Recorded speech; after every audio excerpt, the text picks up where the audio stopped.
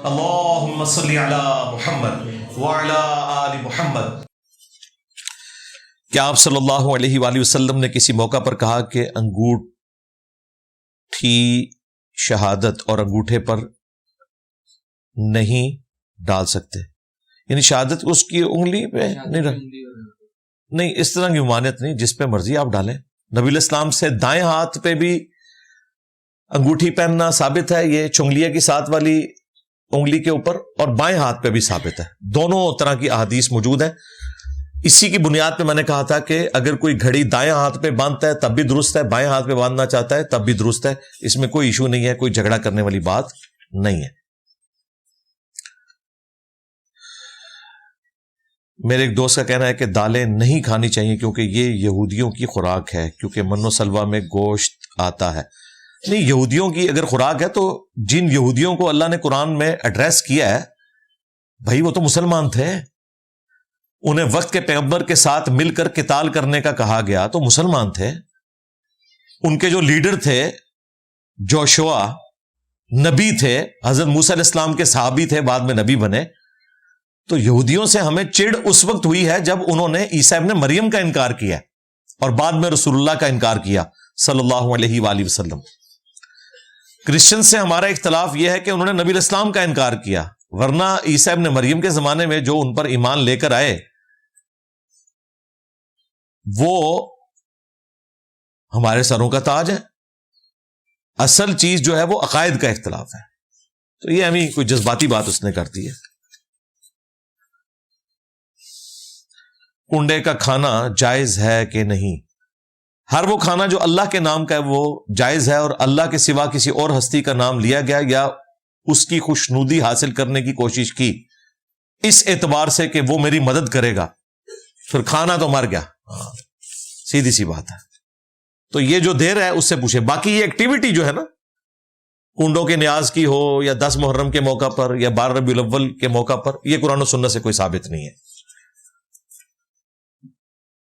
کیا سید غیر سید میں شادی کر سکتا ہے، خاص طور پر لڑکی؟ جی کر سکتے ہیں۔ یہ پاکستان میں ذرا اہل تشیع نے زیادہ اس کو جذباتی مسئلہ بنایا ہے، ایران میں اس طرح کا کوئی مسئلہ نہیں۔ خود امام خمینی جو تھے ان کا داماد غیر سید تھا، وہ خود سید تھے، تو ہو سکتا ہے۔ یہ ابھی جو ایک غالی رافضی ہیں حسن اللہ یاری، وہ بھی اس مسئلے کو مانتے ہیں کہ سید کا غیر سید سے نکاح ہو سکتا ہے، تو ان کے اندر سے آوازیں اٹھ رہی ہیں، کوئی مسئلہ نہیں، ایسا ہو سکتا ہے۔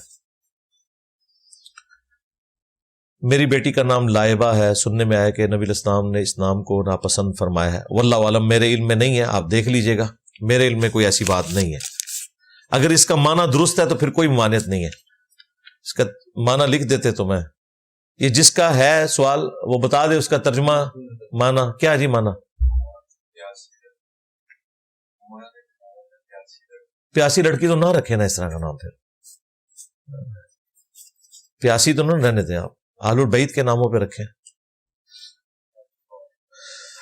جب کسی کی قبر کھولی تو میت 25 سال بعد بھی سلامت نکلی، اس طرح کے واقعات زیادہ تر تو کہانی ہے جی، حقیقت بات ہے، کسی کے سامنے نہیں کھولتے۔ یہ آپ کو جتنے واقعات ملیں گے نا تو وہ آپ کو ماضی کے ملیں گے، حال کا بھی کوئی ملے گا تو کہتے جی راتوں رات کھولی تھی، ساتھ ہی دفنا دی تھی۔ اللہ کے بندو، اس میڈیا کے دور میں کوئی یہ دعویٰ کر سکتا ہے؟ ہمارے جیلم شہر میں بھی چند سال پہلے ایک پیر صاحب کی قبر انہوں نے کھود کے راتوں رات شفٹ کر دی، جبکہ ہر بندے کے ہاتھ میں کیمرہ موجود ہے۔ اللہ کے بندو، اگر یہی بات ہے تو وہ ذرا ویڈیو ریکارڈ کر کے ڈاکٹرز کو بلاؤ اور چیک کر کے تو اپنے فرقے میں لے آؤ دوسروں کو۔ زیادہ تر کہانیاں ہوتی ہیں، باقی کسی کی لاش کا سلامت ہونا یا نہ ہونا قرآن و سنت کی روح سے یہ کوئی دلیل نہیں ہے۔ برفانی علاقے میں آپ اگر لاش دفنا دینا، دفنائے بغیر باہر بھی پڑی رہے جہاں پہ گلیشیئرز نہیں پگھلتے، تو 5000 سال بعد بھی جائیں تو لاش سلامت ہوگی اگر کوئی درندہ نہ کہا گیا ہوا۔ تو یہ کوئی ایسی دلیل نہیں ہے، سارے اپنے بزرگوں کے بارے میں یہ کلیم کرتے ہیں۔ اگر کسی نے گائے قربانی کے لیے لی اور وہ ہلاک ہو گئی، کیا حکم ہے؟ دوبارہ لینے کی کوئی ضرورت نہیں، اگر لے سکتا ہے ضرور لے، ادروائز اس کی قربانی قبول ہے۔ اسی طریقے سے وہ بیمار تھی اور وقت سے پہلے آپ کو ذبح کرنی پڑ گئی تو کر لیں، اللہ کے حضور آپ کی قربانی لکھی جائے گی۔ نبی علیہ السلام نے فرمایا، علی تم مجھ سے وہی نسبت رکھتے ہو جو ہارون علیہ السلام کی موسیٰ سے، بالکل حضرت موسیٰ علیہ السلام کو طور پر گئے تو خلیفہ ہارون کو بنایا تھا، اس لحاظ سے حضرت علی علیہ السلام پہلے خلیفہ کیوں نہیں؟ پہلی بات ہے کہ یہ منو ان تو انالوجی نہیں بنتی، اس کی وجہ یہ ہے کہ حضرت ہارون علیہ السلام کو بھی تو موسیٰ علیہ السلام کا خلیفہ اول بننا چاہیے تھا نا پھر، لیکن وہاں تو یہ ملتا ہے کہ ہارون علیہ السلام پہلے فوت ہوئے، کیونکہ وہ بڑے بھائی تھے، ان کی عمر زیادہ تھی، وہ پہلے فوت ہو گئے، موسیٰ علیہ السلام بعد میں فوت ہوئے۔ موسیٰ علیہ السلام کے خلیفہ اول بنے یوشع ابن نون، انگلش میں جوشوا۔ تو 100% تو انالوجی نہیں بنی۔ باقی نبی علیہ السلام نے جو غزوہ تبوک پہ جاتے وقت مولا علی کو مدینہ شریف پر چھوڑا، عورتوں اور بچوں کے اوپر اپنے نائب کے طور پر، تو اس سنت کو اس حوالے سے تو سیدنا عمر نے پورا کیا۔ جب وہ بیت المقدس کی چابیاں لینے گئے تھے تو حضرت علی کو پیچھے مدینہ شریف پر خلیفہ چھوڑ کر گئے تھے۔ خدا نخواستہ اگر اس دوران حضرت عمر شہید ہو جاتے تو حضرت علی آٹومیٹکلی خلیفہ بن جاتے حضرت عمر کے بعد۔ باقی اس میں اس طرح کا کوئی اشارہ نہیں تھا جو یہ آپ سمجھ رہے ہیں، یہ ایک فضیلت کا بیان تھا کہ جس طرح قرآن میں آیا کہ حضرت موسیٰ علیہ السلام نے دعا کر کے اپنے ساتھ ایک سپورٹیو شخصیت کو اللہ سے مانگا پیغمبر کے طور پر، وہ حضرت ہارون علیہ السلام تھے، اس طرح اللہ نے میری مدد کے لیے جس شخص کو میرے ساتھ اٹیچ کیا ہے وہ علی ابن ابی طالب ہے۔ یہ اس کا مطلب تھا، کیونکہ اس میں آگے الفاظ ہیں مگر میرے بعد کوئی نبی نہیں، یعنی اگر کوئی نبی ہوتا تو علی ہوتا، لیکن چونکہ ختم نبوت ہے اس لیے اگرچہ ہارون علیہ السلام نبی ہو کر موسیٰ کے ساتھ تھے، علی نبی ہو کر میرے ساتھ نہیں ہے، لیکن نسبت وہی ہے یہ میرے بھائی ہیں یا داماد ہیں، لیکن وہ نبی والا معاملہ نہیں ہے۔ اس پہ میں نے کہا تھا کہ اگر مولا علی امتی نبی نہیں ہے تو غلام احمد قادیانی دجال شاہی کوئی نہیں، سیدھی سی بات ہے۔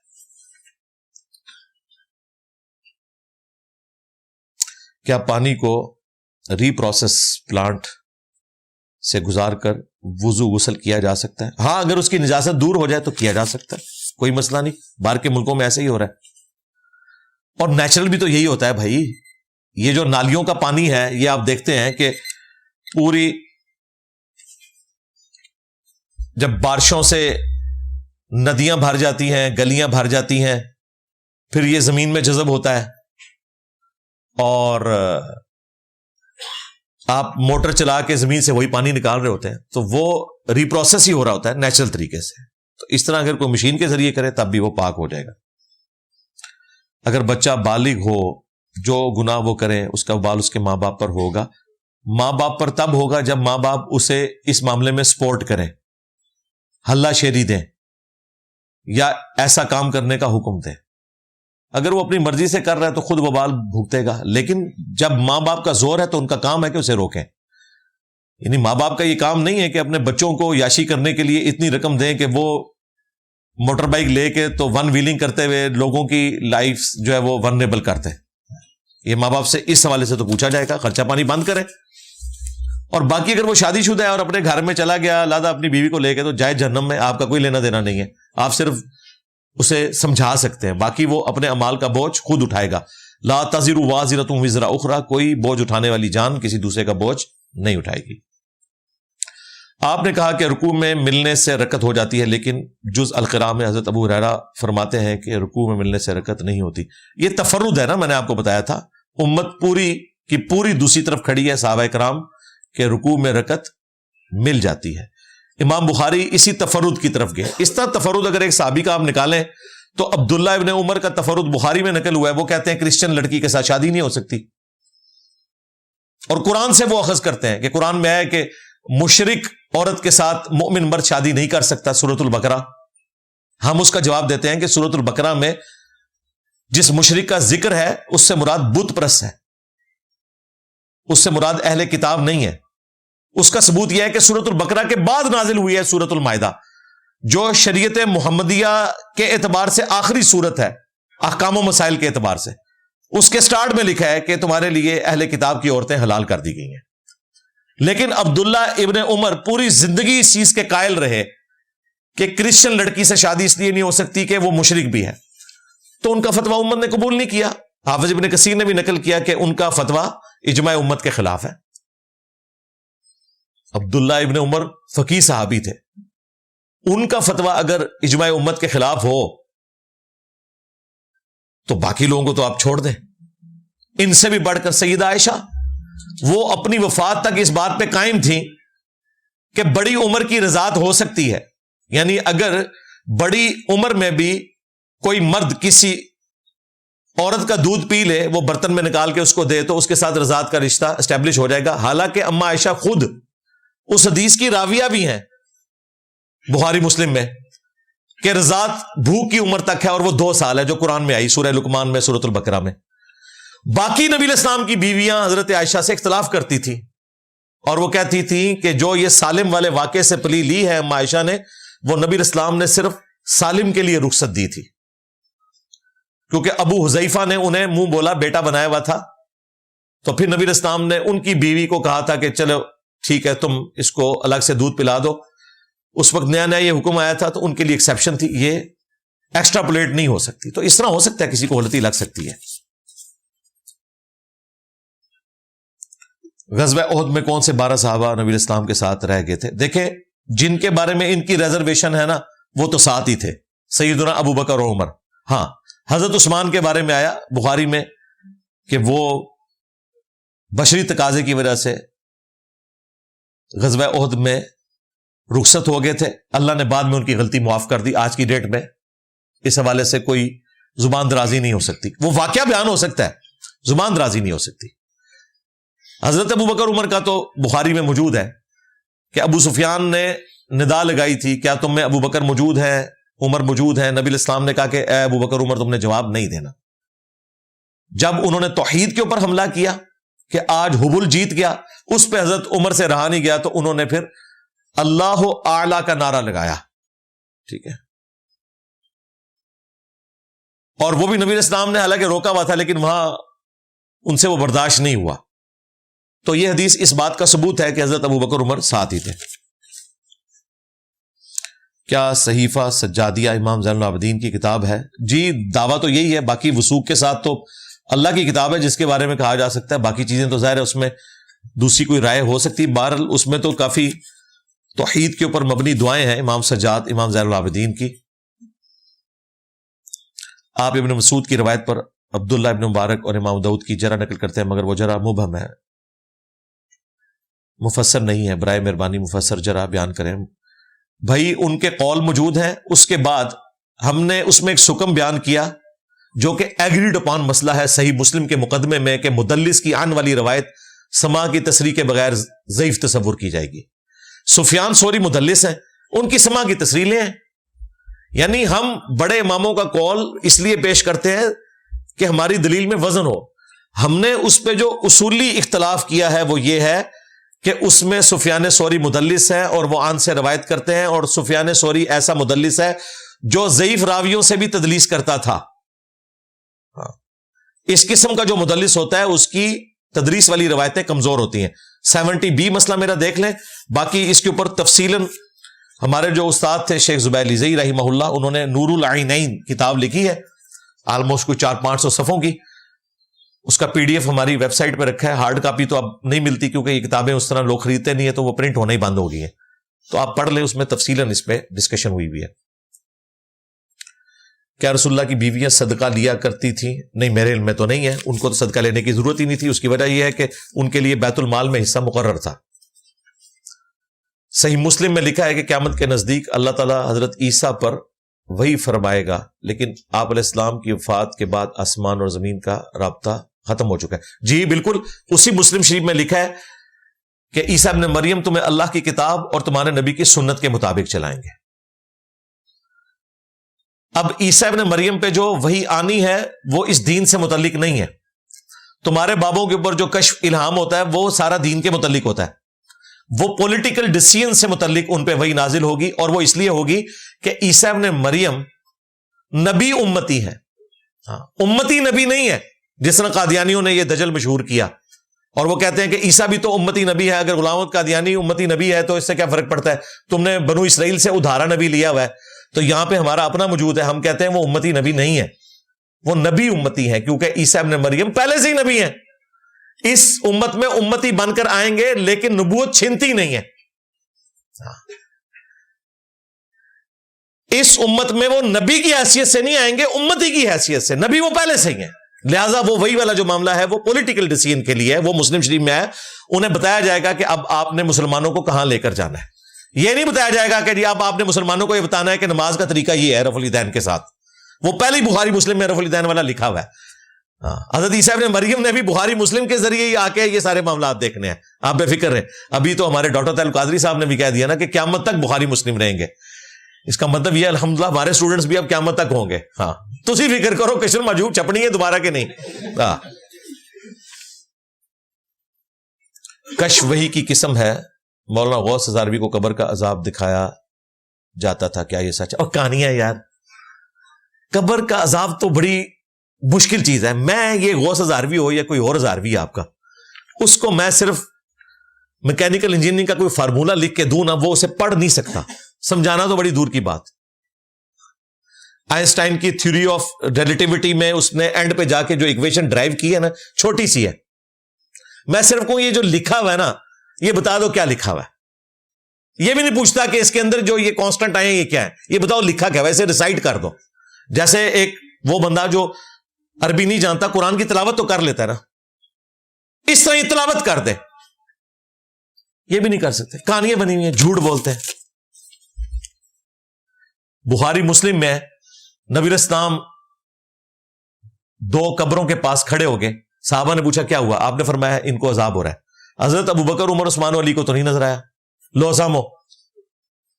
صحیح مسلم میں حدیث ہے کہ نبی الاسلام کی سواری بدک گئی ایک قبر کے پاس، کیونکہ جانوروں کو اللہ تعالیٰ وہ چیزیں دکھاتا ہے جو انسانوں کو نہیں دکھاتا. نبی الاسلام رک گئے. آپ نے فرمایا ان قبر والوں کو عذاب ہو رہا ہے. میں نے اللہ سے ارادہ کیا کہ تمہیں عذاب قبر سنوا دیا جائے، دکھانا نہیں، صرف سنوایا جائے. پھر مجھے خدشہ ہوا کہ تم اپنے مردوں کو دفنانا چھوڑ دو گے، اس لیے نبی الاسلام نے عذاب قبر سنوایا بھی نہیں صحابہ کرام کو. تو غوث ہزاروی تھے شاہی کوئی نہیں، ابو بکر عمر عثمان و علی جیسا ہے ہی کوئی نہیں، تیرے سارے بابے تھے شاہی کوئی نہیں.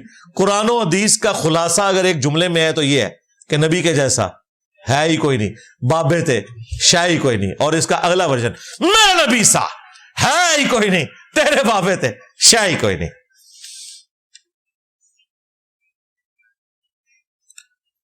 مرد و عورت کے لیے لازمی ہے کہ وہ بچہ خاندان میں سے ہی لے کر پالیں؟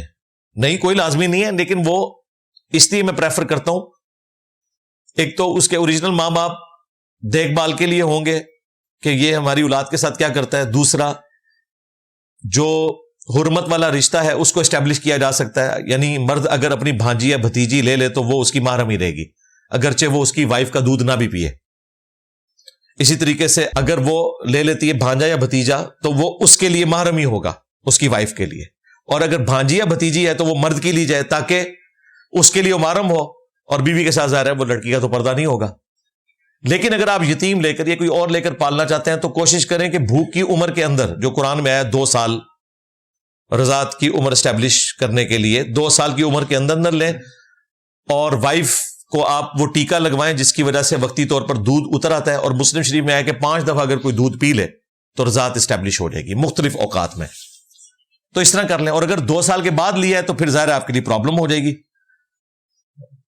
اگر آپ لڑکا لیتے ہیں وہ بالغ ہو کے آپ کی وائف کے لیے نامحرم ہو جائے گا، لڑکی لیتے ہیں تو وہ آپ کے خامند کے لیے نامحرم ہو جائے گی. تو اس کو اسٹیبلش کرنے کے لیے ہم رشتہ دار کا کہتے ہیں. ویسے آپ یتیم بھی لے کے پالیں، بہت اچھی بات ہے. جن اولیاء اللہ کا ذکر اللہ نے قرآن میں کیا ہے وہ کیا دور حاضر میں موجود ہے؟ کیونکہ قرآن تو تا قیامت کے لیے بالکل موجود ہے. اس دور میں وہ اولیاء اللہ ہے جو کہتے ہیں کہ میرے نبی سا ہے ہی کوئی نہیں، تیرے بابے تھے شاہی کوئی نہیں. وہ ہیں اولیاء اللہ. اور جو قرآن و سنت کے مقابلے پہ بابوں کے شعر پڑھتے ہیں تو وہ صرف اولیاء ہیں. ہم شیطان کے اولیاء نہیں کہتے، یہ برا مان جائیں گے. صرف اولیاء ہیں، ان کے سنگی ہیں، اللہ کے سنگی نہیں.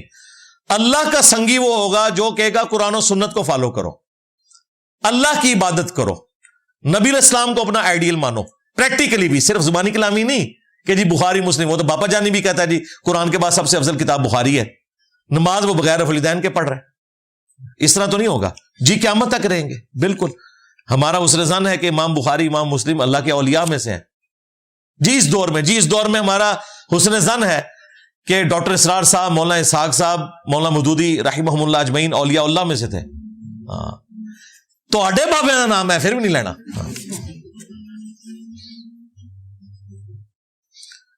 تقلید اور اتباع میں کیا فرق ہے؟ جی اتباع تو قرآن میں آئی ہے، قل ان کنتم تحبون اللہ فاتبعونی یحببکم اللہ. اتباع کرنی ہے رسول اللہ کی صلی اللہ علیہ وآلہ وسلم. تقلید کا مطلب ہوتا ہے اندھے بن کر کسی کے پیچھے چلنا.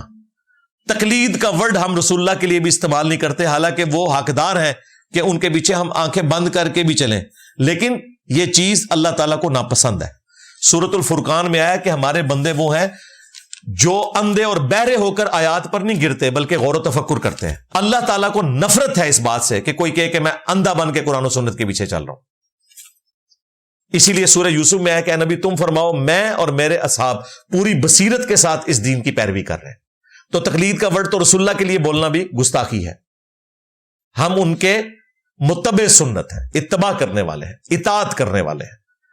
تقلید ہے بغیر دلیل کے آنکھیں بند کر کے کسی کے پیچھے چلنا، اور اتباع یہ ہے کہ آپ نے محبت کے ساتھ پیروی کرنی ہے قرآن و سنت کی دلیل کی روشنی میں، اور اس میں ٹاپ آف لسٹ رسول اللہ کی ذات ہے صلی اللہ علیہ وآلہ وسلم.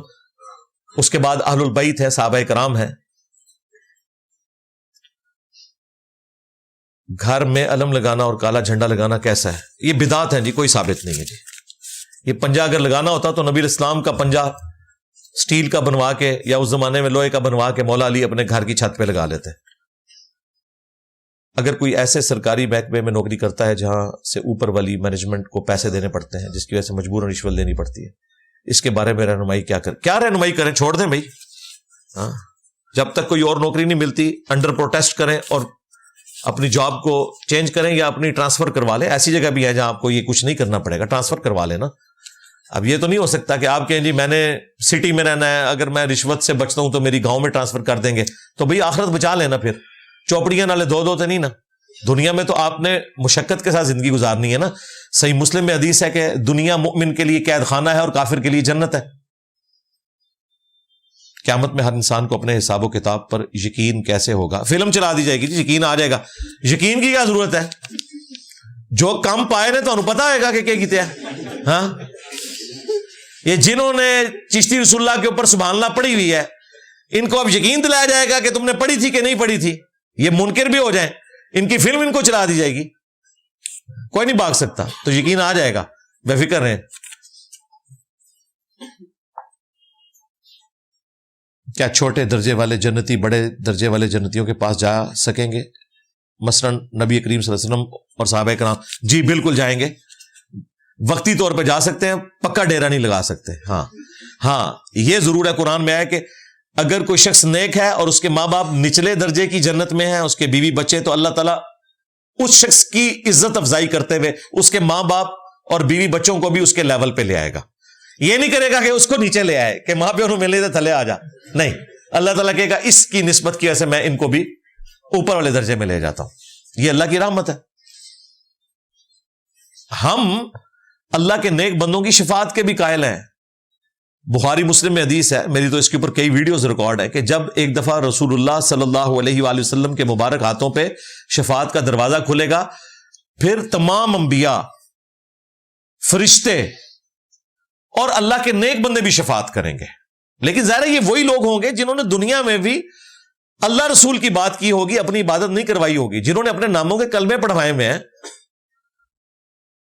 وہ تو اپنے ماننے والوں کے ساتھ ادھر ہوں گے کہ جس سے ہم روزانہ مغرب اور فجر کے بعد 7 دفعہ اللہ کی پناہ میں آتے ہیں، اللہم اجرنا من النار.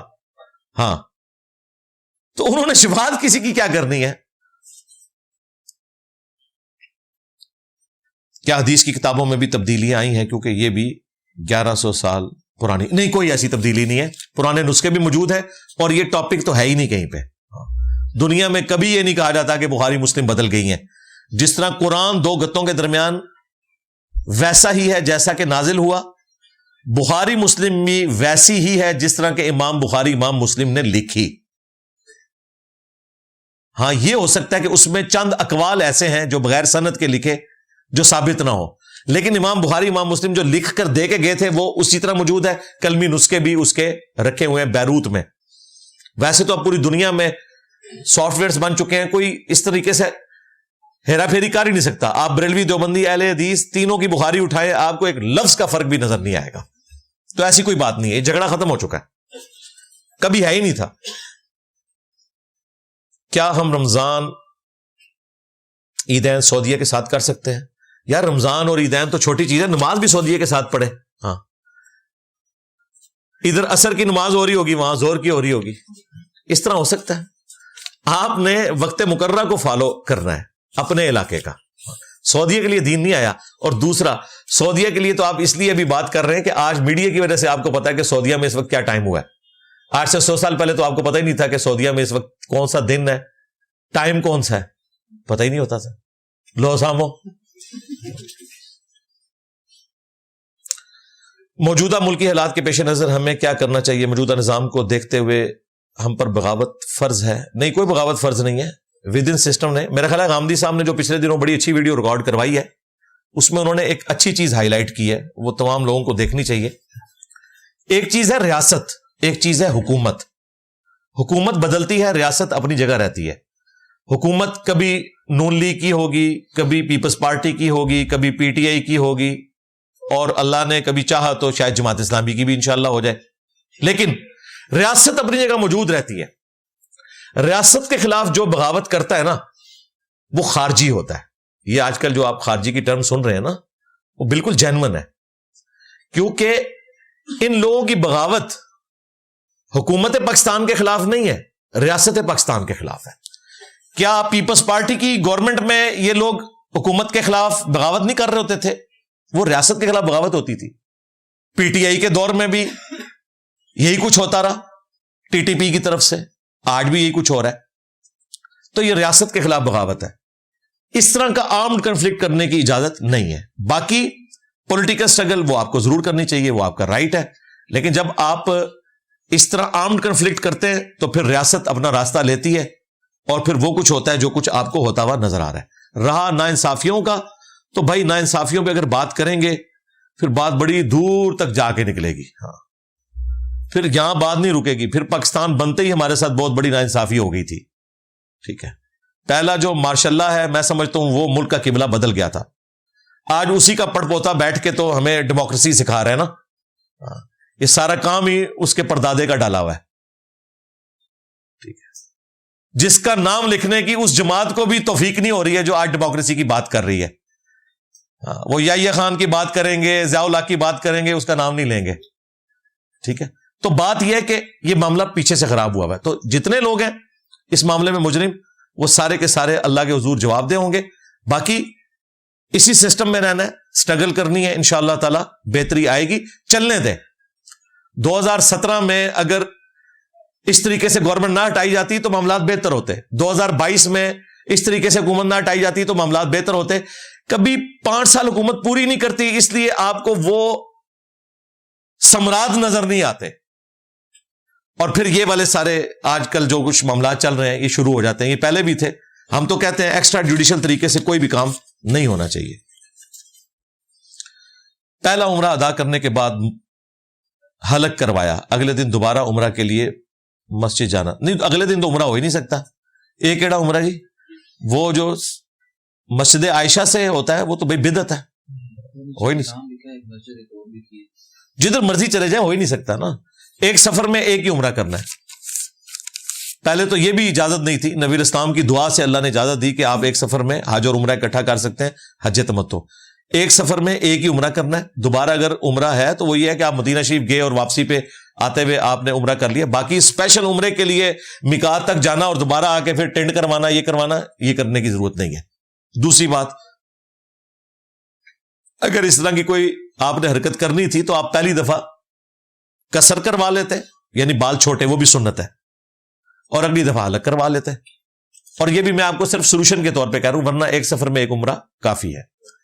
عمرے کے لیے یہاں سے جائیں تو اپنا پیکج اس حساب سے ایڈجسٹ کریں کہ پہلے آپ جدے سے مکہ شریف جائیں, ایک عمرہ ہو جائے گا, چند دن رہیں, پھر مدینہ شریف جائیں, وہاں پہ حاضری ہو, وہاں پہ دن گزاریں, اور پھر واپسی پہ دوبارہ مکہ شریف آئیں. تو وہ پھر آپ بیر علی کے اوپر ذوالحلیفہ مدینہ شریف سے نکلتے ایک جگہ آتی ہے جسے بیر علی کہتے ہیں. حضرت علی رضی اللہ تعالیٰ عنہ کے نام پہ وہاں پہ کنواں ہے, وہاں پہ بہت بڑی مسجد ہے, احرام باندھنے کی جگہ بھی ہے, غسل بھی کر سکتے ہیں. غسل کرنا افضل ہے, ضروری کوئی نہیں ہے. آپ احرام باندھیں تو آپ دوسرا عمرہ بھی کر لیں, کوئی مسئلہ نہیں. لیکن یہ کہ وہاں رہتے ہوئے بار بار عمرے کرنا یہ غلط ہے. وہاں رہتے ہوئے بار بار آپ طواف کعبہ کریں, کیونکہ طواف وہ عبادت ہے جو صرف حرم مکہ میں ہو سکتی ہے اور دنیا میں کہیں نہیں ہو سکتی. عمرہ ایک ہی کافی ہے. کون سی بات نے مسلمان ریاستوں کو نبی اسلام کے دور کے بعد جنگیں جاری رکھنے کی اجازت دی؟ عذاب استحصال کی وضاحت قرآن و سنت میں کہاں موجود؟ ہم تو نہیں بھئی ایگری کرتے. سپر پاور کی آپ سمجھ لیں ایکسپینشن تھی. یہ بات کی جو جنگیں ہیں خلفائے راشدین کے بعد, جب انہوں نے اپنے علاقوں میں انصاف کو قائم نہیں رکھا تو انہیں کوئی رائٹ نہیں پہنچتا کہ جا کے دوسرے ملکوں کے اوپر حملہ کریں. ہم اس میں ایگری نہیں کرتے. اور آپ نے دیکھ لیا کہ کیا جنگیں ہوتی نہیں ہیں. وہ جس طرح آج مسلمان لڑ رہے ہیں اس طریقے سے حکمران لڑتے تھے. آپ کو ہیرو بنا کے جن لوگوں کو پیش کیا گیا ہے وہ کن چکروں میں آئے ہوئے تھے وہ سب کو پتا ہے. بس وہ اب چونکہ ہم بچپن سے ان کو ہیرو مان چکے ہیں اس لیے ہمیں پتہ نہیں ہے کہ انہوں نے کیا کیا کیا ہے دنیا کی دولت کی خاطر. ورنہ ایک مسلمان دوسرے کا گلا تو نہ کاٹ رہا ہوتا. بھائیوں کے گلے کاٹے. مامون الرشید نے اپنے بڑے بھائی امین الرشید کو قتل کر کے ہارون الرشید کے بعد خلافت عباسیہ سے مان لی تھی.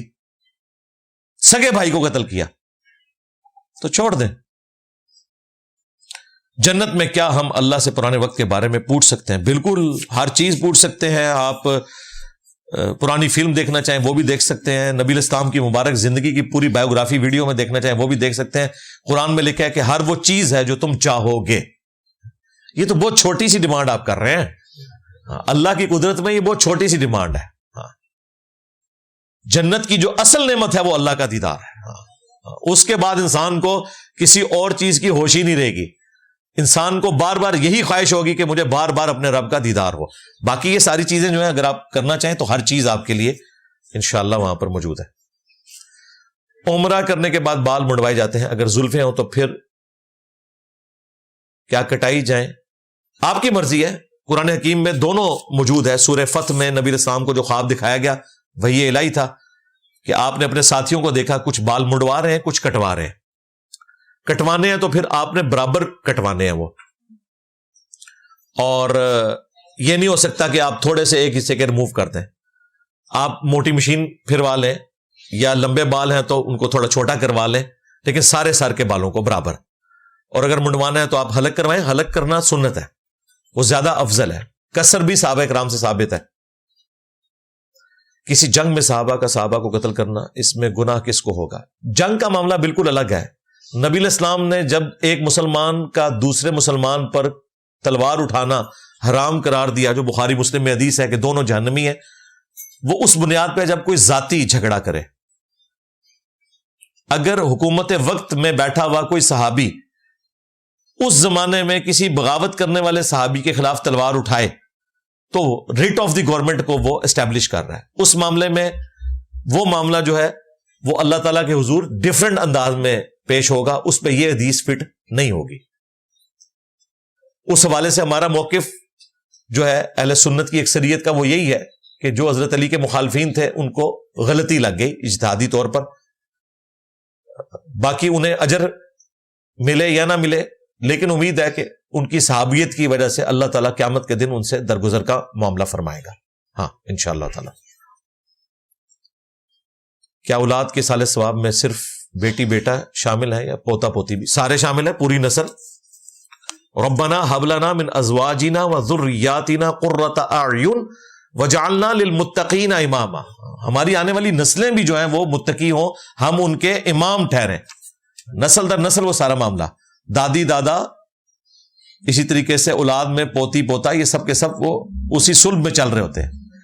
جب ہم دعا کرتے ہیں رب ارحمہما کما ربیانی صغیرہ, تو اس میں ہمارے ماں باپ بھی شامل ہیں اور ہماری دادی دادا بھی شامل ہیں, نانی نانا بھی شامل ہے. کیا سنوکر کھیلنا جائز ہے؟ سنوکر کھیل سکتے ہیں, جوا نہیں ہونا چاہیے کہ جو ہارے گا وہ پیسے دے گا. اس کی کمائی حلال ہے. کمائی کہاں سے حلال ہوگی؟ زیادہ تر تو سود کے اوپر چل رہی ہے.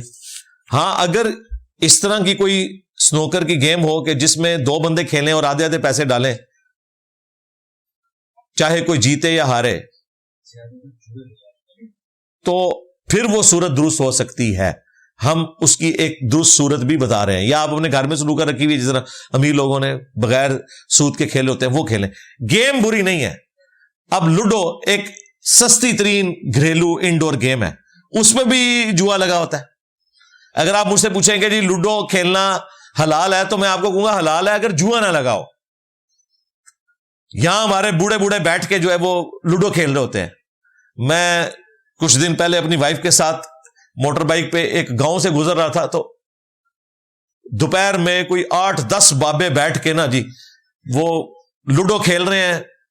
تو میں نے کہا یہ دیکھ لیں اس عمر میں گوروں کے بابے جو ہیں وہ اس کے اوپر محنت کر رہے ہوتے ہیں کہ ہم نے سائنس میں مزید ترقی کیسے کرنی ہے، آنے والی جنریشن کو ہم نے کیا دینا ہے. ابھی دیکھیں پچھلے دنوں آسٹریلیا کی پارلیمنٹ نے قانون پاس کیا ہے کہ چھوٹے بچوں کو اسمارٹ فون اور یہ ڈیوائسز آپ نے نہیں دینی، ان کے ذہن کے اوپر برا اثر پڑتا ہے. پارلیمنٹ نے قانون پاس کیا ہے. ہاں، اسلام کا قلعہ پاکستان ہے، آسٹریلیا والے اپنی نسلوں کا بھی خیال کر رہے ہیں.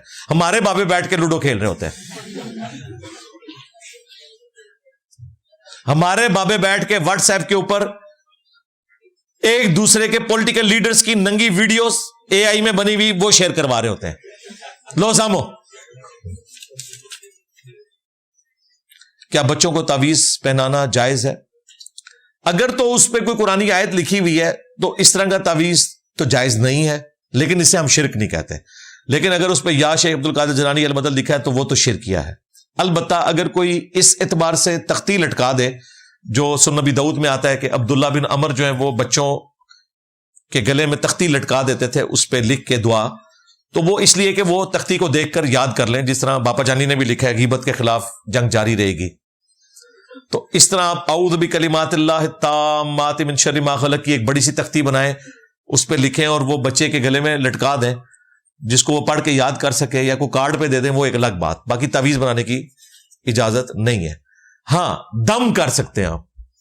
وہ تعویذ المعوذات آخری 3 صورتیں وہ سنت ہے. پہلی بیوی کی اجازت کے بغیر اگر شوہر دوسری شادی کر لے تو اس کی قانونی اور شرعی حیثیت کیا ہے؟ کر سکتا ہے اگر شرعی طور پر اور قانونی طور پر اس نے اپنا نکاح رجسٹر کرایا ہوا ہے. اگر اس نے چوری چھپے شادی کی ہے تو وہ شادی تو نہیں ہوئی. چھپا کے شادی نہیں کر سکتے آپ. ہمارے جو کراچی کے مفتی صاحب ہیں انہوں نے اعلانیہ شادی کی ہوئی ہے، 4 شادیاں کی ہیں انہوں نے. یہی طریقہ ہے شادی کرنے کا. اگر کسی کو شوق ہے نا تو جڑیں بڑھو نا. چھپا کے کریں گے تو وہ شادی اسٹیبلش نہیں ہوگی، اور یہ رجسٹر بھی نہیں کراتے. اس کا نقصان یہ ہے کہ آپ جب مریں گے تو 1/8 حصہ جو آپ کی وراثت کا تقسیم ہونا ہے وہ دونوں بیویوں میں ہونا ہے، 1/16 1/16. اگر وہ بیوی رجسٹر ہی نہیں ہوگی، کہتے نہیں میں نے اپنی زندگی میں اس کو سب کچھ دے دیا جو کچھ دینا تھا. بھائی وراثت تو مرنے کے بعد ہوتی ہے، زندگی میں آپ کیسے دے سکتے ہیں؟ اس طرح نہیں ہوگا. ڈکلیئر ہونی چاہیے.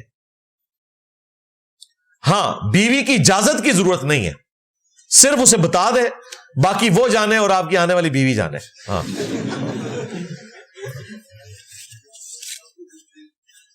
قائل کر لیں نا، قائل کر لیں.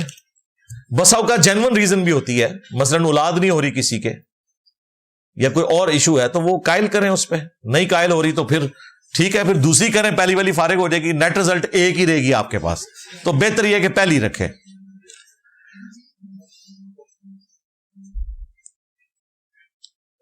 علماء حضرات اکثر آپ کا دوسرا جملہ باب دشائی کوئی نہیں کوٹ کرتے ہیں، پہلا جملہ ساتھ کیوں نہیں پڑھتے؟ نہ پڑھیں، کوئی فرق نہیں پڑتا، اپنی بدنامی کروائیں گے. کیونکہ جب یہ بولیں گے تو پھر ہماری ویڈیوز تک لوگ پہنچ جائیں گے، انہیں پتہ چل جائے گا پورا جملہ کیا ہے. ویسے میں آپ کو بتاؤں یہ جو کچھ کر رہے ہیں ان کی پبلک کو بھی پتہ ہے پورا جملہ کون سا ہے. حقیقت بات ہے پورا جملہ نہ بھی بولیں تب بھی ہم جینولی سمجھتے ہیں کہ ان کے بابے کوئی شائی نہیں ہے.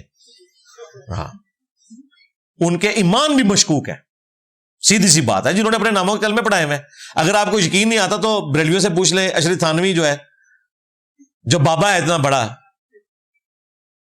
وہ تو اسے مسلمان ہی نہیں سمجھتے. تو کوئی مسئلہ نہیں، آدھا بھی کوٹ کریں، اچھی بات ہے، لوگ خود پہنچیں گے. انہوں نے باقی چیزیں بھی آدھی کوٹ کی ہیں نا، کریں. میں ویب سائٹ بناتا ہوں، کبھی کبھی عورتوں کی تصاویر لگانی پڑتی ہیں، کیا اس کی آمدنی حلال ہوگی؟ میرے لیے اور بعض دفعہ عورتوں سے بھی بات کرنی پڑتی ہے. بات کرنا تو معاملہ اور ہے بھائی, وہ تو آپ ڈیلنگ میں کر سکتے ہیں. ایک دکاندار ہے, وہ عورت سے بات بھی کر سکتا ہے نگاہیں جھکا کے, لیکن ایک عورت کی تصویر لگانا, اسے پبلک میں عام کرنا, یہ مسئلہ جو ہے خطرناک ہے, خطرناک سے بھی اگلا ورژ. تو اس کو ہم کسی صورت جائز نہیں کہہ سکتے, سیدھی سی بات ہے. کیسے جائز کہتے ہیں؟ نعت پڑھتے ہوئے جو پیسے دیے جاتے ہیں وہ جائز ہیں, لٹانے نہیں چاہیے. اگر نعت شرکیہ نہیں ہے, آپ کسی قاری کی خدمت کرنا چاہتے ہیں, کسی نعت خان کی خدمت کرنا چاہتے ہیں, اس کے ہاتھوں میں آپ پکڑا دیں, بعد میں پکڑا دیں, جائز ہے, بشرطے کہ وہ شرکیہ نعتیں نہ پڑھ رہا ہوں, کوئی حرج نہیں, دے سکتے ہیں. اس کا ڈیمانڈ کرنا غلط ہے کہ ایک نعت خان کہہ جی 1 لاکھ روپے لوں گا تو محفل میں آؤں گا. ایسے نعت خان کو آپ نہ بلائیں.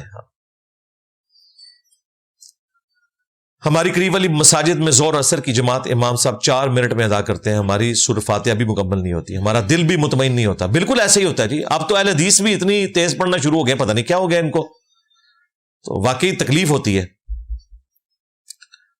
غصہ, بالکل آپ کو تو غصہ آتا ہے, میں تو بعض اوقات مجھے تو سانس چڑھ جاتا ہے, اتنی تیز نماز پڑھتے ہیں, تسبیحات بھی پوری نہیں پڑھی جاتی. تو اس کا حل یہ ہے کہ کوئی اور مسجد ڈھونڈ لیں, اور اگر کوئی اور مسجد نہیں ہے تو امام صاحب کے اوپر انویسٹمنٹ کریں. ہاں, کو مہینے کا خرچہ لگا لیں. دیکھیں اگر آپ کو اپنی نمازیں بچانے کے لیے مہینے میں 500,000 روپیہ لگانا پڑتا ہے, اور ان کو کان میں کہیں, سب کے سامنے نہ کہیں گے جی تھوڑی سی آستہ پڑھے, ہم نے سورہ فاتحہ پیچھے پڑھنی ہوتی ہے, اس 4 منٹ کو وہ 6 بھی کر دینا تو تقریباً آپ 120 کی سپیڈ پہ پا ہی لیں گے. ہاں, 8 منٹ کر دیں تو اور آسان ہے, اور 10 منٹ کریں تو آئیڈیل ہے, پھر تو آپ آسانی سے 4 رکعتیں پڑھ سکتے ہیں.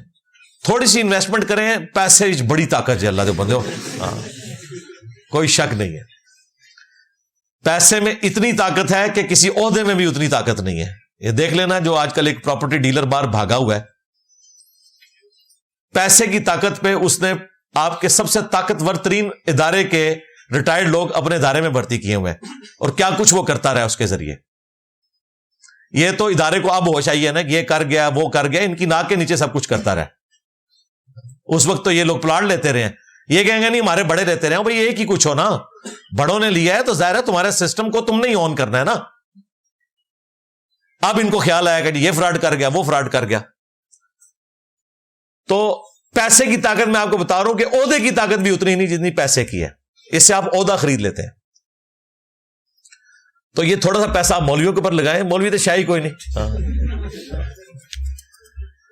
سب سے پہلے جمعہ کی نماز کس نے پڑھائی تھی؟ یہ گوگل میں جا کے لکھیں تو پتہ چل جائے گا کون سے صحابی تھے جنہوں نے نماز پڑھائی تھی. نبی الاسلام نے جو نماز جمعہ ادا کی قباء مسجد میں کی تھی پہلی دفعہ جب ہجرت کر کے آئے. باقی آپ گوگل میں دیکھ لیں, میرے ذہن میں نہیں ہے کہ نبی الاسلام سے پہلے اگر جمعہ کی نماز کسی نے وہاں پڑھائی ہے تو وہ کون تھے. آپ میں سے کسی کو پتا ہے تو بتا دیں. والدین کو ناراض کر کے حصول رزق کے لیے بیرون ملک جانا جبکہ وہ یہاں بھی کوئی کام نہ کرنے دیں, ہمارا دین اس بارے میں کیا کہتا ہے؟ یار یہ کون سے نیک ماں باپ ہیں جو آپ کو نہ یہاں کام کرنے دے رہے ہیں نہ باہر جانے دے رہے ہیں. تو یقیناً وہ خرچہ بھی آپ کا اٹھائے ہوئے ہوں گے نا کہ آپ پتے کھا کے گزارا کر رہے ہیں. تو اگر وہ خرچہ اٹھائے ہوئے ہیں تو ان سے علمی ڈسکشن ہو سکتی ہے. بڑے نیک ماں باپ ہیں جی, سلام ایسے ماں باپ کو کہ اس عمر میں بھی آپ کا خرچہ اٹھائے ہوئے ہیں. اور اگر خرچہ بھی نہیں دے رہے ہیں تو پھر تو ان کو بتائیں کہ بھائی روٹی تو چھٹا فرض ہے, روٹی کے پیچھے لوگوں نے اپنا دین بیچا ہوا ہے, اس کے بغیر معاملہ چل نہیں سکتا. باقی میں نے تو یہی دیکھا ہے, ماں باپ تو کہتے ہیں کہ باہر جا کے زیادہ پیسے ہمیں بھیجو, ہم خوش ہیں, مرضی سے بھیجتے ہیں. یہ پتہ نہیں کون سے اتنے پوزیسو ماں باپ ہیں. یہ بھی ساتھ لکھیں نا, یہ جس کا سوال ہے مجھے کلیئر کریں ذرا کہ ماں باپ یہ کیا کہتے ہیں کہ خرچہ بھی ہم سے لو, پوری زندگی کا تمہارے بچوں کا خرچہ ہم اٹھائیں گے. تو اگر ایسا نہیں ہے تو کہانی کرا رہے ہیں, پھر ایک کان سے سنیں اسی کان سے نکال دیں. اس میں کوئی نافرمانی والا ایلیمنٹ نہیں ہوگا, وہ آپ کا رائٹ ہے بھائی. رزق حلال کمانا یہ آپ کا رائٹ ہے, اللہ نے آپ کے اوپر فرض کیا ہوا ہے. ہاں, انبیاء کرام نے بھی ہاتھوں سے کما کے کھایا ہے. اگر دنیا میں ہوتا نا کہ 10 دفعہ دروشی پڑھنے سے پیاس بجھ جاتی اور 10 دفعہ سبحان اللہ پڑھنے سے پیٹ بھر جاتا, پھر کوئی کام کرنے کی ضرورت نہیں تھی. کیا جنت میں بہن بھائی آپس میں نہیں مل سکیں گے؟ ملیں گے جی انشاءاللہ، اگر دونوں جنت میں ہوئے تو. اور اگر کوئی ایک خدا نہ خواستہ جہنم میں ہوا تو پھر ملنے کی ضرورت ہی نہیں ہے، دیکھ کر دل ہی دکھے گا. ہم تو ایک بلی کو بھی آگ میں جلتا ہوا نہیں دیکھ سکتے. تو اللہ نہ کرے کہ کوئی ایسی صورتحال بنے، جنت میں ہی ملاقات ہو انشاءاللہ. اگر مرتے ہی قبر کا عذاب شروع ہو جائے گا تو قیامت کے قریب مرنے والوں کا عذاب کم ہوگا؟ نہیں، یہ تو آپ کی ڈاکٹرن میں ہے نا. اللہ تعالیٰ چاہے تو کسی شخص کو ایک دن کے لیے سلائے اور اس کے اوپر 300 سال گزار دے. اصحاب الکہف قرآن میں نہیں آتا. انہوں نے کہا کہ ایک دن یا اس کا کچھ حصہ ہم سوئے ہیں، جبکہ وہ 309 سال لیونر ایئرز کے اعتبار سے اور ہمارے سولر ایئرز کے اعتبار سے 300 سال تک سوئے رہتے. 300 سال ان پر ایک رات تھی. تو اللہ تعالیٰ 300 سال کو ایک رات بنا سکتا ہے، ایک رات کو 300 سال. اللہ تعالیٰ عادل ہے. At the end of the day سب کے ساتھ برابری کا سلوک ہوگا. جو قیامت سے ایک دن پہلے بھی مرا نا، اس کے اوپر 1000 سال یا 2000 سال طاری کرنا، یہ اللہ کی قدرت کا معاملہ ہے. آپ کا ایسے کوئی لینا دینا نہیں. اپنی فکر کریں کہ ہم ان عذابات سے بچ جائیں. آمین. میں حافظ قرآن ہوں، قرآن مجید بھولتا جا رہا ہوں. میں اب ترجمے پر فوکس کر رہا ہوں. کیا ترجمہ سمجھنا کافی ہے یا عربی میں بھی یاد کر؟ یہ ترجمہ پڑھنا، سمجھنا، اس پہ عمل کرنا یہ تو فرض ہے، کافی نہیں، یہ تو ضروری ہے. رہا اسے حفظ کرنا، اچھی بات ہے. حفظ کرنا، اس پر عمل کرنا، اس کے تو فضائل ہیں. سنن ابی داؤد میں حدیث ہے، المستدرک للحاکم میں پوری سند کے ساتھ ہے کہ ایسے حافظ قرآن کو جس نے قرآن کے حلال کو حلال، حرام کو حرام جانا، اس کے ماں باپ کو بھی تاج پہنایا جائے گا جس کے سامنے سورج کی روشنی بھی ماند پڑ جائے گی. لیکن اس حافظ قرآن کو جو باعمل ہوگا. یہ جو حافظ ہے نا، حافظ ان کی نہیں ہے، یہ حافظ کی فضیلت ہے، حافظ کی فضیلت نہیں ہے. تو اچھی بات ہے.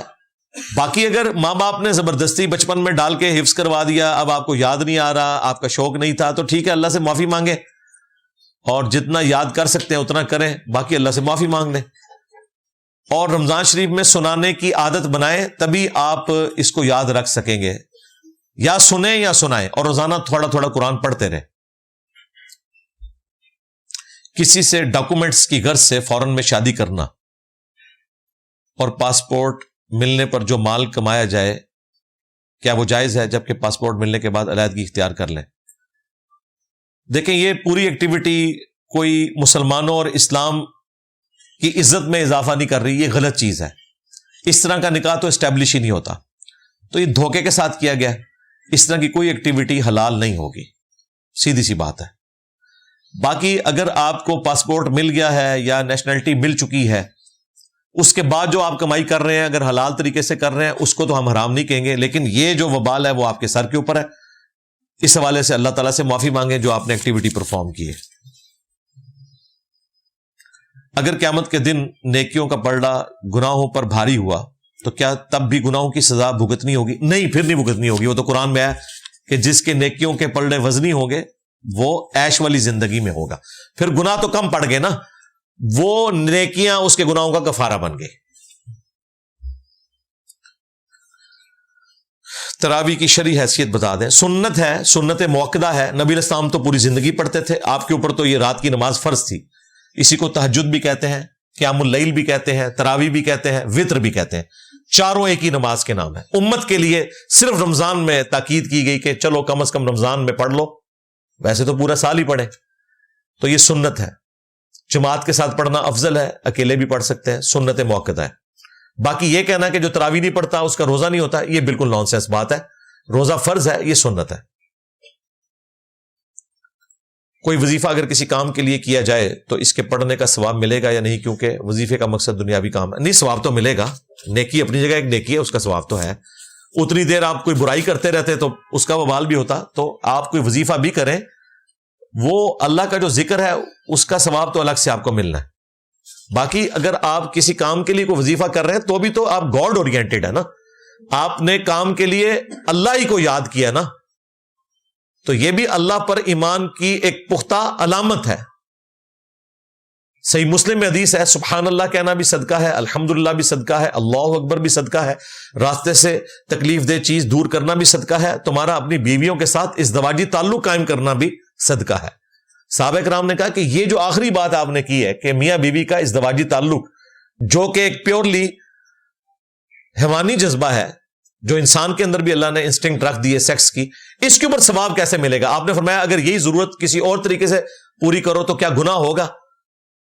تو صحابہ کرام نے کہا ہوگا. فرمایا اس پہ ثواب بھی ہوگا.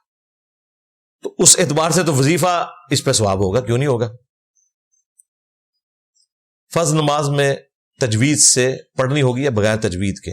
جی پڑھنی ہے, آواز میں عین قاف. اور یار یہ لوگوں کو وام ہوا نا, وہ بار بار پڑھتے ہیں, یہ بدعت ہے. پوری مسجد کے نمازیوں کو پتا چل جاتا ہے کہ اس نے عین نکال لی ہے, اسے نہیں پتا چل رہا ہوتا کہ میری عین صحیح نکلی ہے کہ نہیں. اتنی بار وہ پڑھ رہے ہوتے ہیں. یہ غلط ہے, یہ بدعت ہے. ایک بار پڑھے کافی ہے, آپ نے اپنی کوشش کر لی, دیٹس آل. اسی طریقے سے بار بار وضو کرنا یہ بھی بدعت ہے, گناہ ہے, حرام ہے. وام میں نہیں پڑھنا آپ نے. اللہ بذات خود ایک جسم رکھتے ہیں یا نہیں؟ اللہ تعالیٰ تو ان چیزوں سے پاک ہے بھائی. لیس کمثلہ شیء وہو السمیع البصیر. اللہ عرش پر ہے. انجینئر محمد علی مرزا لکھے, میری ویڈیو انگلش سب ٹائٹل کے ساتھ کھل جائے گی. جو قرآن پاک میں آیات ہیں یہ متشابہات ہیں, ان پر صرف ایمان رکھتے ہیں ہم, باقی ان کی تفصیلات ہمیں نہیں بتائی گی, اور بتائی بھی جاتی تب بھی ہمیں سمجھ نہیں آ سکتی تھی. ہمارے پاس وہ ڈیٹا ہی نہیں موجود. مخلوق اپنے خالق کا احاطہ نہیں کر سکتی. اگر میں نکاح کرنا چاہوں اور گھر والے نہیں مان رہے تو ہمیں کیا کرنا چاہیے؟ یعنی وہ اس لڑکی کے لیے نہیں مان رہے, یا یہ کہہ رہے ہیں کہ آپ کو شادی نہیں ہم نے کرنے دینی؟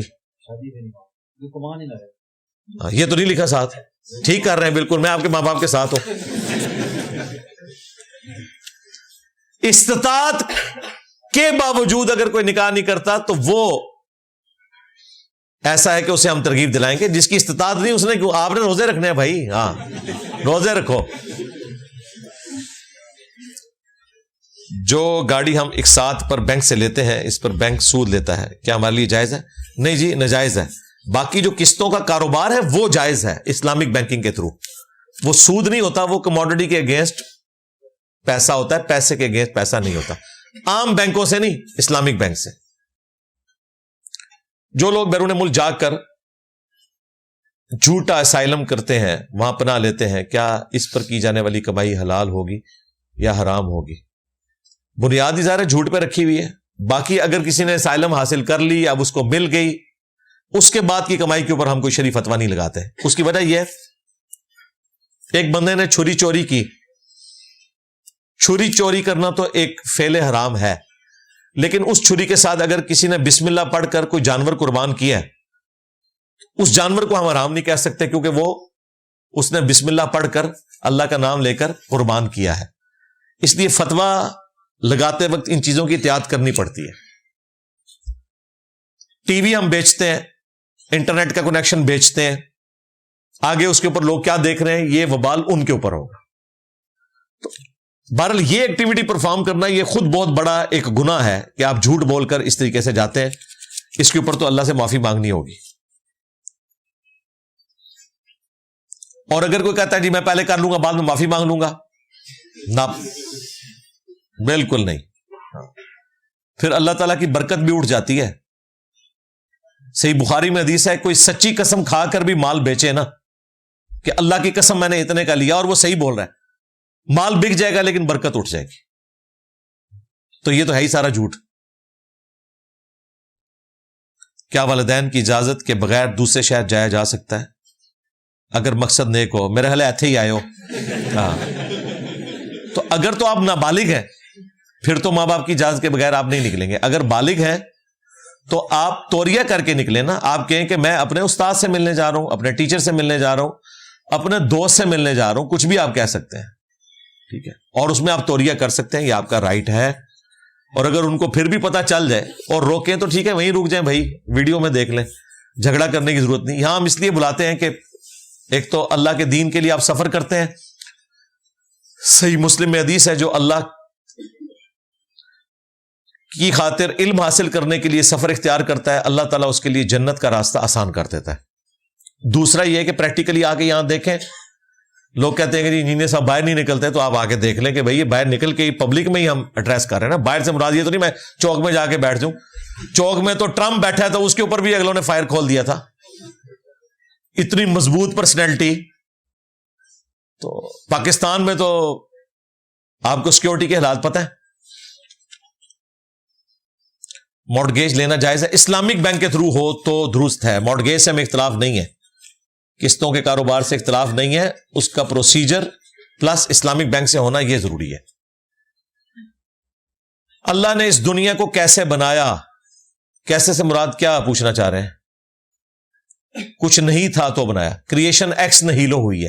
ایگزسٹنس آف گاڈ میری ویڈیو دیکھیں، میں نے تفصیل کے ساتھ اس کے اوپر ڈسکشن کی ہے. اللہ کو کس نے پیدا کیا یہ بھی ٹاپک ڈسکس کیا ہے. پچھلے دنوں جو دھروو راٹھی نے اس حوالے سے بات کی تھی، تو میری ویڈیوز کو ڈاکومنٹریز کی ویڈیوز کے ساتھ جوڑ کر ایک پوری ویڈیو ہم نے بنائی تھی. ہدایہ وکٹری چینل کے اوپر بھی ویڈیوز رکھی ہوئی ہیں، انہی سے میں نے یہ ویڈیو بنوائی تھی اپنے آفیشیل چینل کے اوپر. Existence of God, engineer Muhammad Ali Mirza. Who created God, engineer Muhammad Ali Mirza. وہ لکھے تو کھل جائے گی. اسلامک بینک میں کچھ پیسے دے کر جو گھر انسٹالمنٹ پر لیا جاتا ہے وہ حلال ہے. وہ اتنا سادہ نہیں ہوتا کہ پیسے دے کر، وہ مداربہ اور مشارکہ کی بنیاد کے اوپر ہوتا ہے. اسلامک بینک کے تھرو جی حلال ہے. وہ معراج شریف کا واقعہ، حضرت موسیٰ علیہ السلام سے ملاقات ہوئی قبر میں. کیا حضرت موسیٰ علیہ السلام نماز پڑھ رہے تھے؟ بالکل ہے. اس کی حقیقت کیا ہے؟ حقیقت اس کی برزخ ہی ہے. اس دنیا کے فریم آف ریفرنس سے وہ الگ ہے. اس سے بڑی بات ہے موسیٰ علیہ السلام تو قبر میں نماز پڑھ رہے تھے نا. باقی تمام انبیاء تو قبروں سے نکل کر بیت المقدس میں آئے ہوئے تھے. صحیح مسلم میں حدیث ہے. اور نبی علیہ السلام نے ان کی امامت کروائی. اور یہ خواب کا واقعہ بھی نہیں ہے، بیداری کا ہے. لیکن وہاں بیٹھے ہوئے لوگوں کو یہ نظر نہیں آیا. ورنہ 1 لاکھ سے زیادہ بندہ اگر ایک شہر میں جمع ہو جائے تو ان لوگوں کے تو سانس لینے کی آواز سے لوگ جاگ جائیں گے. یہ برزخی معاملہ تھا، ان سین بیریئر تھا. جس طرح یہاں فرشتے موجود ہیں، بخاری مسلم میں حدیث ہے، قرآن کی محفل کو فرشتے ڈھانپ لیتے ہیں آسمان دنیا تک، لیکن ہمیں نظر نہیں آتے. فزیکلی موجود ہے، ہمیں نظر نہیں آتے. اس فریم آف ریفرنس سے وہ باہر کی چیز ہے. اس طرح قبروں میں انبیاء کا نماز پڑھنا یہ اس دنیا کی چیز ہی نہیں ہے. وہ تو چھٹے آسمان پہ پھر ملاقات ہو گئی تھی. تو یہ سارا برزخ کا معاملہ ہے. نماز میں ہاتھ ناف کے نیچے باندھنے سے نماز ہوتی ہے یا نہیں ہوتی؟ نماز تو بھائی نیچے باندھنے سے بھی ہو جائے گی، چھوڑ کے بھی ہو جائے گی. ہم تو یہ بتاتے ہیں سنت طریقہ کیا ہے. یہ معاملہ الگ ہے، ہوتی ہے نہیں ہوتی. اگر نہ ہو رہی ہو تو ہم آپ کو کہیں کہ آپ حنفیوں کے پیچھے بھی نماز پڑھ لو، ہو جاتی ہے. لیکن کیا ایسے پڑھنی چاہیے؟ نہ. اس کی وجہ یہ کہ آپ نے سنت کے مطابق نماز پڑھنی ہے. جو غلطی کر رہا ہے اس کا وبال اس کے اوپر ہے. آپ نے خود سنت کو فالو کرنا ہے.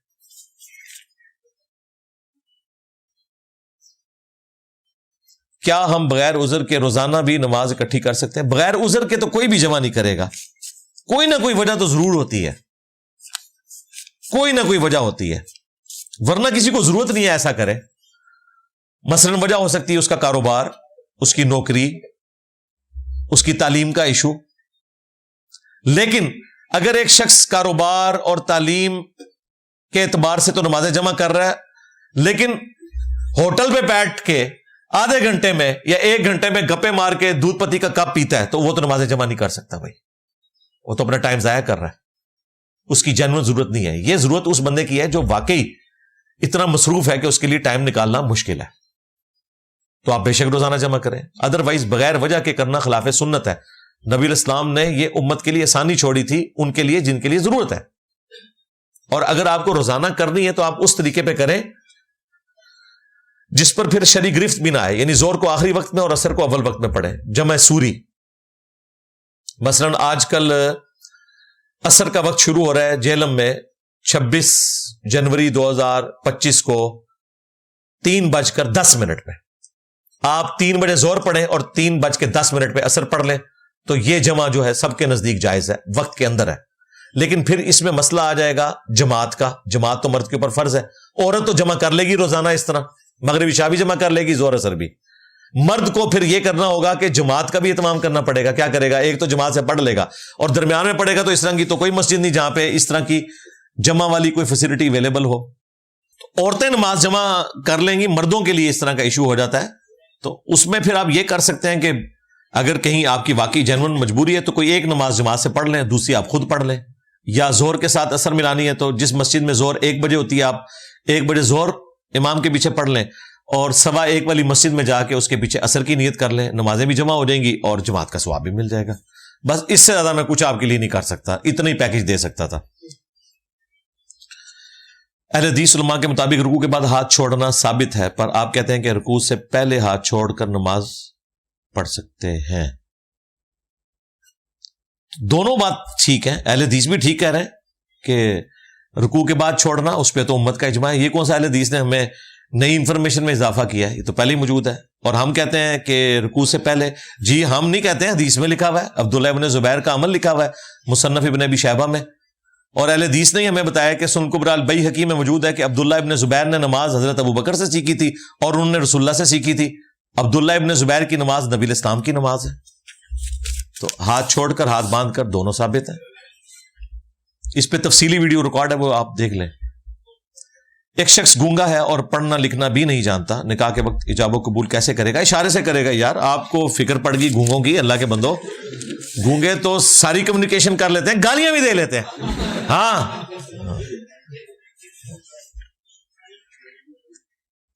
عورت کا عدت میں بیٹھنا کیوں ضروری ہے؟ وضاحت فرما دیں. اس لیے کہ شریعت کا حکم ہے، اس کے پیچھے ریزن جو مرضی ہو.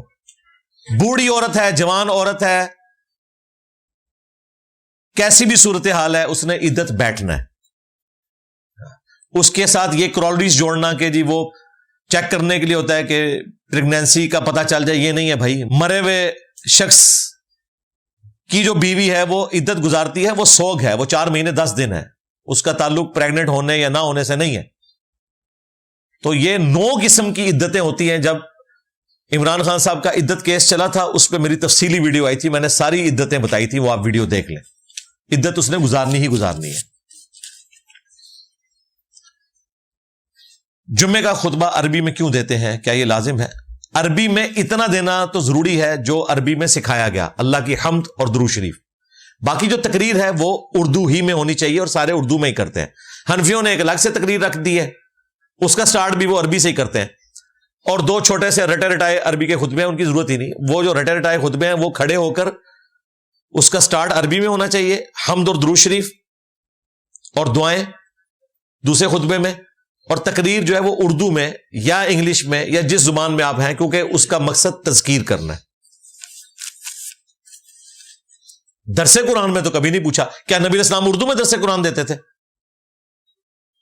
عربی میں دیتے تھے نا. ادھر تو کسی نے نہیں پوچھا کہ جناب جب ہم درس قرآن دیتے ہیں تو اردو میں دیں یا عربی میں. تو ہم کیا کہیں گے کہ آپ عربی والا حصہ عربی میں پڑھیں، اس کے بعد ترجمہ کرتے ہیں. خطبے میں انہوں نے حنفیوں نے ضد بنائی ہوئی ہے کہ پورا کا پورا ہی عربی میں پڑھنا ہے ہم نے، اسی لیے دیکھ لیں کہ وہ عربی خطبے میں لوگ پہنچ رہے ہوتے ہیں. اگر یہ اہل حدیث کی طرح صحیح بات بتاتے ہیں نا کہ خطیب کے ممبر پہ چڑھنے سے پہلے پہلے آپ نے پہنچنا ہے ورنہ رجسٹر بند ہو جائیں گے، اور خطبہ ان کا کھڑے ہو کر ہوتا جس طرح اہل حدیث دیتے ہیں، تو ان کے نمازی بھی ٹائم پہ آتے ہیں. اب انہوں نے بتایا ہوا اصل خطبہ وہ ہے، وہ کہتے ہیں پھر اصلی چیز آواں گے، جعلی توڑی تقریریں نہیں سننی. ویسے ہمارے نزدیک اگر آپ حنفیوں کی مسجد میں بھی جاتے ہیں نا تو ممبر پہ چڑھنے سے پہلے پہنچنا ضروری ہے. عربی والا خطبہ نہیں، اردو والے سے بھی، کیونکہ اس میں الفاظ ہیں ممبر پہ چڑھنے سے پہلے. بدکار رشتہ داروں کے ساتھ بھی اس نے سلوک ضروری ہے. جی وہ رشتہ داری کی وجہ سے کرنا ہے، یہ اس نے سلوک نہیں کرنا کہ غلط کاموں میں آپ نے ان کی مدد کرنی ہے. نہیں، خوشی غمی میں شریک ہو بس، اس سے زیادہ نہیں. باقی اپنے آپ کو جتنا فاصلے پہ رکھ سکتے ہیں ان کے شر سے بچائیں، لیکن خوشی غمی میں تو آپ نے شریک ہونا ہے. جبکہ آپ ان کو اللہ اور اس کے رسول کی طرف لاتے ہیں، وہ آپ کی بات کو ردی کی ٹوکری میں ڈال دیتے ہیں. کوئی مسئلہ نہیں، آپ بھی پہلے یہی کچھ تھے، آپ نے بھی تو کئی ایک چیزیں ردی کی ٹوکری میں ڈالی ہوئی ہیں اپنے زمانے میں، تو آپ ان پہ ترس کھائیں اور اصلاح کی کوشش کریں. ان کی آخرت کی طرف نظر دوڑائیں گے نا پھر آپ کو ترس آئے گا. مجھے تو کسی پہ غصہ نہیں آتا، اللہ کا شکر ہے، بڑا کھلا دل ہے، کیونکہ میں جب دیکھتا ہوں ان کے ساتھ آگے جا کے کیا ہونی ہے تو مجھے ترس آتا ہے. ہم تو ایک بلی کو بھی آگ میں نہیں دیکھ سکتے. طلاق 3 دفعہ دینے سے ہو جاتی ہے یا 9 دفعہ دینے سے؟ جی 3 ہی ہے جی، 9 کا تو ذکر کہیں نہیں ہے، 3 بھی نہیں ہے، 2 دفعہ ہے. الطلاق مرتان، سورۃ البقرہ میں کہ طلاق 2 ہی دفعہ دی جا سکتی ہے، اس کے بعد دی تو بیوی فارغ، اور یہ 2 دفعہ بھی مختلف اوقات میں ہے، ادروائز 1 دفعہ دینے سے بھی بیوی فارغ ہو جاتی ہے، 3 مہینے کے بعد وہ نیا نکاح کر سکتی ہے۔ یہ 9 والی تو کوئی بات نہیں ہے جی۔ یہاں میں ایکسکلوسیو آپ کو خبر دے دوں، شیخ زبیر علیزئی ہمارے استاد نے 3 طلاق کے اوپر مضمون لکھا تھا، اہل حدیث کے ڈر کی وجہ سے انہوں نے اپنی زندگی میں پرنٹ نہیں کیا، چونکہ وہ اہل حدیث کے اس دور کے امام بخاری تھے، تو وہ 3 طلاق کے مسئلے میں موقف وہی رکھتے تھے جو پوری امت کا ہے، اہل سنت کا، یعنی ایک وقت میں 3 طلاقیں 3 ہی شمار ہوں گی۔ انہوں نے اپنی زندگی میں کوئی ایک 30-40 صفحوں کا مضمون لکھا تھا، لیکن وہ پرنٹ نہیں کروا سکے۔ ان کی وفات کے بعد میں ان کے شاگرد سے وہ مضمون مانگتا رہا، انہوں نے مجھے نہیں دیا، انہیں پتا تھا کہ یہ ہنگامہ کھڑا کر دے گا اس مضمون کو شائع کر کے۔ وہ 4-5 دن پہلے مجھے کسی نے ای میل پہ بھیج دیا ہے، کسی بندے کو مضمون مل گیا، ٹائپ کروا کے پورے کا پورا مضمون۔ انشاءاللہ تعالی چند دنوں تک ہم اپنے آفیشیل یوٹیوب چینل میں اس کو کمیونٹی میں PDF پورا اس کا شیئر کروا دیں گے، وہ آپ پڑھ لیں۔ یہ ایک ہمارے ذمہ ادھار تھا، ہم کئی سالوں سے کہہ رہے تھے کہ شیخ صاحب کا ایک مضمون ہے، ایک ایک دلیل کا جواب انہوں نے دیا۔ کافی ساری چیزیں تو میں نے ویڈیو میں بتا دی تھی، لیکن وہ پورا 30-40 صفحوں کا مضمون ہے، وہ انشاءاللہ تعالی اویلیبل ہو جائے گا۔ میں نے آپ کی ویڈیوز میں سنا تھا کہ رخصتی نہ ہونے پر 9 دفعہ بولو پھر طلاق، اور 9 دفعہ 9 کہاں سے آ گئے یار؟ 3 ہوندی ہے نا طلاقاں۔ واقعہ معراج میں نبی اسلام نے اللہ کو دیکھا یا نہیں، اس کے اوپر میری ویڈیو آپ دیکھ لیں، معراج النبی صلی اللہ علیہ وآلہ وسلم لکھیں، اللہ کا دیدار لکھیں، ملینز آف پیپل نے وہ ویڈیو دیکھی ہے، میں نے تفصیل سے ڈسکس کیا ہے۔ اللہ سے ملاقات ہوئی ہے لیکن دیدار نہیں ہوا، دیدار خواب میں ہوا ہے۔ جنت میں سب کو ہوگا انشاءاللہ۔ کوئی بھی صحابی یا تابعین کے ذاتی عمل پر چلا جا سکتا ہے، مثلا اونٹ نہر کرنے تک قبر کے پاس رہنا ہے۔ جی یہ تو سنت ہے نا، حضرت عبداللہ بن عمر بن عاص نے وصیت کی تھی، اور یہ فٹن بیٹھتا ہے، نبی اسلام نے تو قبروں پہ جانے کا حکم دیا، تو بالکل بیٹھے۔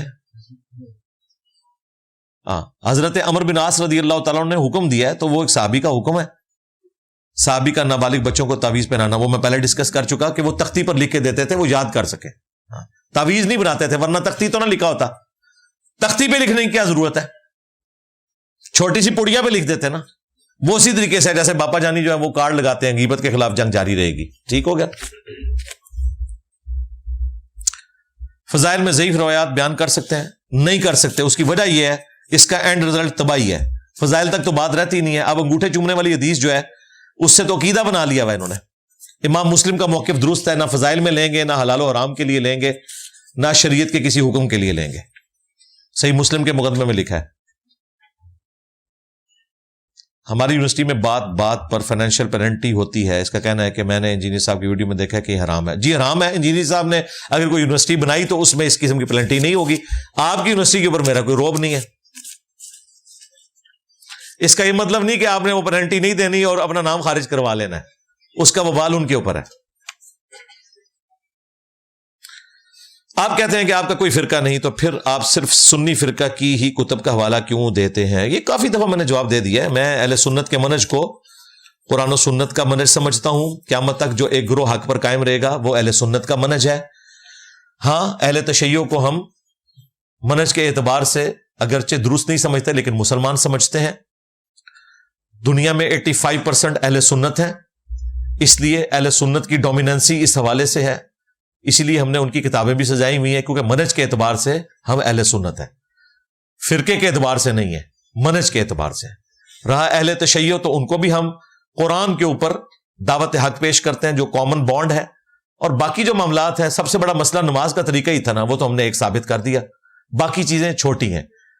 رہا خلفائے ثلاثہ کا ایشو تو وہ بھی میں نے نہج البلاغہ سے ان کے سامنے رکھ دیا، عقیدہ امامت کا مسئلہ، اور باقی جو بدعات ہیں، ماتم والی ہو، باقی ساری چیزیں وہ چھوٹی ہیں اس کے مقابلے پہ۔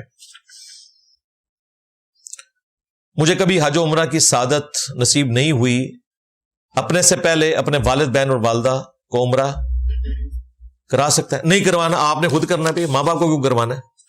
آپ کے پاس اگر رقم ہے تو آپ نے جانا ہے بھائی. آپ کے ماں باپ پہ کوئی حج عمرہ فرض نہیں ہے اگر ان کے پاس رقم نہیں ہے. اور یہ بات بھی کوئی نہیں ہے کہ جب تک ماں باپ نہیں کریں گے آپ کا قبول نہیں ہوگا. یہ ساری جذباتی باتیں ہیں. اگر کسی شخص سے قرض لے کر بھول جائیں کہ کس سے لیا تھا اور وہ بھی یاد نہ کروائے، یار اس طرح ہو نہیں سکتا. ویسے یہ اتنی مشکل اگر آپ نے بتائی ہے تو چلیں آپ کا سوال مانتے ہیں. ہم یہ کہتے ہیں کہ آپ کو نہیں پتا چل رہا تو ٹھیک ہے، اتنی رقم آپ اللہ تعالیٰ کی راہ میں صدقہ کر دیں اس شخص کی طرف سے جو آپ کو بھول چکا ہے. انشاءاللہ قیامت والے دن اس کے نامہ اعمال میں اس صدقے کا ثواب چلا جائے گا اور وہ قیامت والے دن آپ کو معاف کر دے گا. آپ اپنے استعمال میں وہ رقم نہیں لا سکتے. کون سی تصویر حلال ہے اور کون سی حرام؟ جو عبادت کے لیے بنائی جاتی ہیں وہ ظاہر 100% حرام ہے. نامحرم کی تصویر بنا کر اپنے پاس رکھنا وہ حرام ہے. اپنے ریکارڈ کے لیے اپنی جو محرم رشتوں کی تصویریں وہ آپ رکھ سکتے ہیں. میں ایک طالب علم ہوں، احادیث کی سند اور راوی کا علم نہ ہونے کی وجہ سے ان کا مطالعہ نہیں کر سکتا. نہیں، آپ کا تو یہ کام ہی نہیں ہے تو علماء بھی نہیں کر سکتے. آپ کیا سمجھتے ہیں اتنا آسان کام ہے؟ آپ کو دوبارہ سے ویل انوینٹ کرنے کی ضرورت نہیں ہے. بخاری مسلم کے اوپر اہل سنت کا اتفاق ہے، آپ چپ کر کے پڑھیں، پروڈکٹ تیار ہے. آپ نے دوبارہ سے اپنی فیکٹری لگانی ہے، ضرورت ہی کوئی نہیں. آپ کو سند کی تحقیق کی ضرورت ہی نہیں ہے. جو ایگریڈ اپون کتابیں ہیں وہ آپ پڑھ لیں، قرآن، بخاری مسلم. داڑھی کس حد تک چھوٹی کی جا سکتی ہے؟ اس حد تک کہ اسے داڑھی کہا جائے. یہ نہیں کہ 2 یا 3 دن کی بڑی بھی شیو ہو، جس طرح شاہد افریدی صاحب نے رکھی ہوئی ہے یا ابھی بابر اعظم نے رکھی ہوئی ہے. اتنی داڑھی رکھنا جائز ہے، لیکن بہتر یہ کہ مٹھی ہو. ہمارے تو کئی بال مٹھی سے بھی زیادہ ہے. کیا زمین ٹھیکے پر لے کر کاشتکاری کرنا جائز ہے؟ بالکل جائز ہے. یہ جو آپ نے کہا نا حدیث میں مانا تھا، یہ ایک اور چیز ہے، وہ اس سے تعلق نہیں رکھتی ہے. اپنے حدود اور قیود کے ساتھ بالکل درست ہے. صحابہ کرام اس طرح کیا کرتے تھے. یہودی محنت کرتے تھے، صحابہ کی زمین ہوتی تھی اور اس کے بعد اس طرح کے معاملات آپس میں طے کر لیتے تھے. اور اس میں ٹھیکے پہ بھی آپ دے سکتے ہیں، پارٹنرشپ کی بنیاد پہ بھی کر سکتے ہیں. لیکن اس میں یہ ہوگا کہ اگر آپ نے پارٹنرشپ کی تو پھر نقصان کی صورت میں نقصان آپ کا ہوگا. کسان کا نقصان نہیں ہوگا، اس کی صرف محنت ضائع ہوگی. مالی نقصان سارا آپ نے برداشت کرنا ہے، وہ اس کے اوپر آپ نہیں ڈال سکتے. گندم کسی سے ادھار لے کر اور بیچ کر جب گندم کاش کی جائے اتنی مقدار واپس کی جا سکتی ہے، جائز ہے. ہاں، جتنی آپ نے لی ہے اتنی آپ واپس کریں، ٹھیک ہے. کسی ادھار پر بیج لے کر اتنی ہی مقدار میں فصل اٹھانے پر دے سکتے ہیں. جی اتنا ہو تو وہ تو درست ہے نا جی. مسئلہ اس وقت ہوتا ہے جب آپ کم زیادہ کرتے ہیں تو وہ پھر سود میں فال کر جاتا ہے. جائز ہے. عبداللہ ابن زبیر اور سعید ابن مسیب کے ہاتھ چھوڑنے والی حدیث کی سند صحیح ہے ضعیف ہے؟ بالکل 100% صحیح ہے جی. شیخ زبیر علی زئی صاحب جو اس حدیث کی بھی تعویل کرتے تھے وہ خود اپنے رسالے میں مان کے گئے یہ صحیح ہے. کسی کا اس پہ کوئی اعتراض نہیں ہے. باقی ہم نے تو ابو میسادی سے ثابت کیا ہے. سنن ابی داؤد میں جو 728 نمبر حدیث ہے اس میں الفاظ ہیں کہ نبی علیہ السلام جب نماز شروع کرنے کا ارادہ کرتے تو دونوں ہاتھ کندھوں تک اٹھاتے اور اللہ اکبر کہتے، یہاں تک کہ آپ کے تمام اعضاء اپنی اصلی جگہ پر واپس آ جاتے ہیں. اگر نماز شروع کرنے سے پہلے آپ کے اصلی اعضاء یہاں پر ہوتے ہیں تو وہ ہاتھ باندھ کے نماز پڑھ رہے تھے، اور اگر یہاں پر ہوتے ہیں تو ہاتھ چھوڑ کر پڑھ رہے تھے. یہ تو مسئلہ ہی کوئی نہیں، وہ سند بالکل درست ہے. میں نے تفصیلی ویڈیو ریکارڈ کروائی ہے، ہاتھ چھوڑ کر نماز پڑھنا. الحمدللہ جی، یہ پورا تھدا آپ کا میں نے مکمل کر دیا اللہ کے فضل سے. کوئی پرچی ایسی نہیں جو میرے ممبر پہ بیٹھنے سے پہلے آج مجھے ملی ہو اور میں نے پڑھ کے اس کا جواب نہ دیا ہو، اور یہ بھی آپ کی خوشی کی خاطر. ورنہ آج کوئی ایسی پرچی نہیں تھی جس کے اوپر میری تفصیلاً ویڈیوز ریکارڈ پہلے نہ ہو. اصل مقصد تو یہاں کرنٹ افیئر کے لیے بیٹھنا ہوتا ہے. کافی سارے لوگوں نے دعاؤں کے لیے کہا ہے، بھائیوں نے، بہنوں نے. اینڈ پہ ہم دعا بھی کر لیتے ہیں.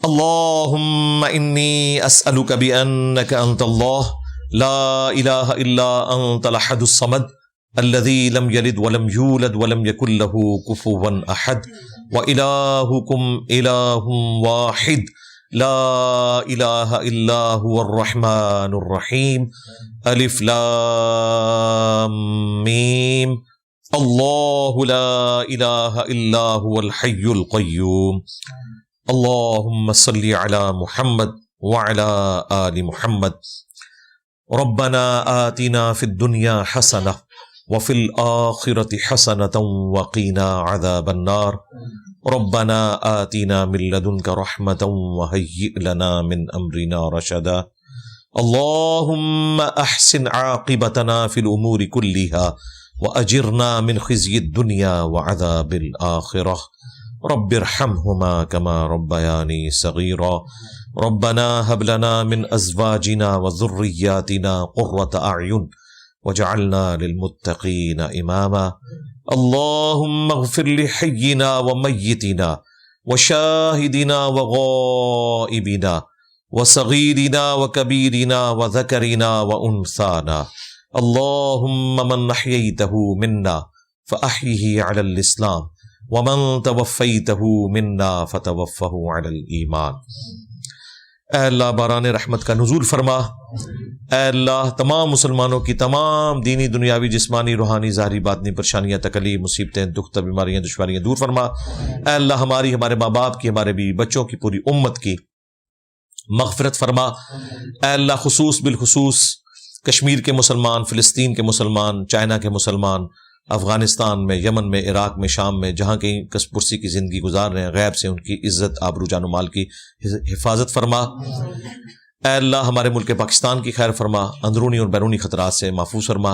اے اللہ ہماری ہمارے ماں باپ کی ہماری بیوی بچوں کی پوری امت کی تمام دینی دنیاوی جسمانی روحانی ظاہری باطنی پریشانیاں تکلیف مصیبتیں دکھ بیماریاں دشواریاں دور فرما۔ اے اللہ جن جن بھلائیوں کا سوال تیرے محبوب صلی اللہ علیہ وآلہ وسلم نے تجھ سے کیا، ہم تمام کے حق میں قبول منظور فرما۔ جن جن چیزوں کے شر سے تیرے محبوب علیہ السلام نے تیری پناہ طلب کی، تمام مسلمانوں کو ان چیزوں کے شر سے اپنی پناہ عطا فرما۔ سبحان ربک رب العزۃ عما یصفون وسلام علی المرسلین والحمد للہ رب العالمین وصلی اللہ علی النبی الکریم وعلی آلہ واصحابہ اجمعین الی یوم الدین آمین۔